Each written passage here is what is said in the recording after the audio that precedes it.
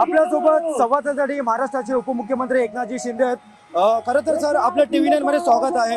आपण आज road show मध्ये सहभागी झालेला आहे.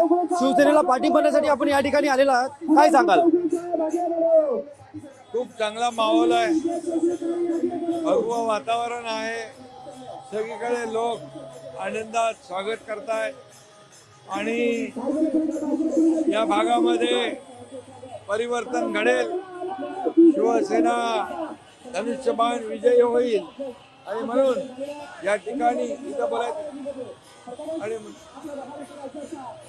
आणि म्हणून या ठिकाणी आज पाहिलं तर नव्या मुंबईमध्ये काही प्रमुख रस्ते सोडले तर आतमध्ये बकाल अवस्था आहे, चालायला रस्ते नाहीत, फुटपाथ नाही, तुटलेले आहेत आणि अतिशय साफसफाई नाही आणि म्हणून लोकांना स्वच्छता पाहिजे, चांगले रस्ते पाहिजे, चांगले फुटपाथ पाहिजे, पिण्याला शुद्ध पाणी पाहिजे आणि हक्काचं घर पाहिजे आणि म्हणून त्या हक्काचं घर देण्याचं काम शिवसेना करेल.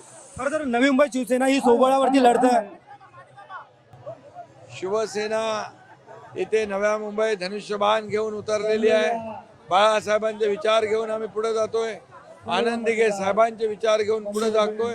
त्यामुळे आमचा विकासाचा अजेंडा आहे, डेव्हलपमेंट आमचा अजेंडा आहे आणि म्हणून या विकासाच्या अजेंड्यावर या ठिकाणी लोकांना विकास पाहिजे, लोकांना या ठिकाणी भावना म्हणजे इमोशनल मुद्दे नको आहेत, या ठिकाणी डेव्हलपमेंट पाहिजे आणि ती डेव्हलपमेंट करण्याचं काम शिवसेना करेल. लोकांना परिवर्तन पाहिजे, ते परिवर्तन करण्याचं काम शिवसेना करेल. यापूर्वी देखील नगर विकास विभागाच्या माध्यमातून अनेक निर्णय आम्ही घेतले पुनर्विकास प्रकल्प पुढे नेण्याचा आणि त्यामुळे त्याचा फायदा या निवडणुकीत होईल. लाडक्या बहिणींनी देखील चमत्कार घडवण्याचा निर्णय घेतलाय, त्यामुळे परिवर्तन नक्की घडेल. हरामाच्या पैशाचा वापर मोठ्या प्रमाणात होईल असं वनमंत्री गणेश नाईक बोलतात.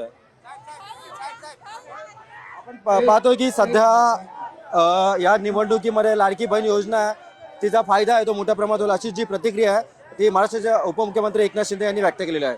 व्हिडिओ जर्नलिस्ट योगेश सावंतसह मी रवी कराड, TV9 मराठी, नवी मुंबई.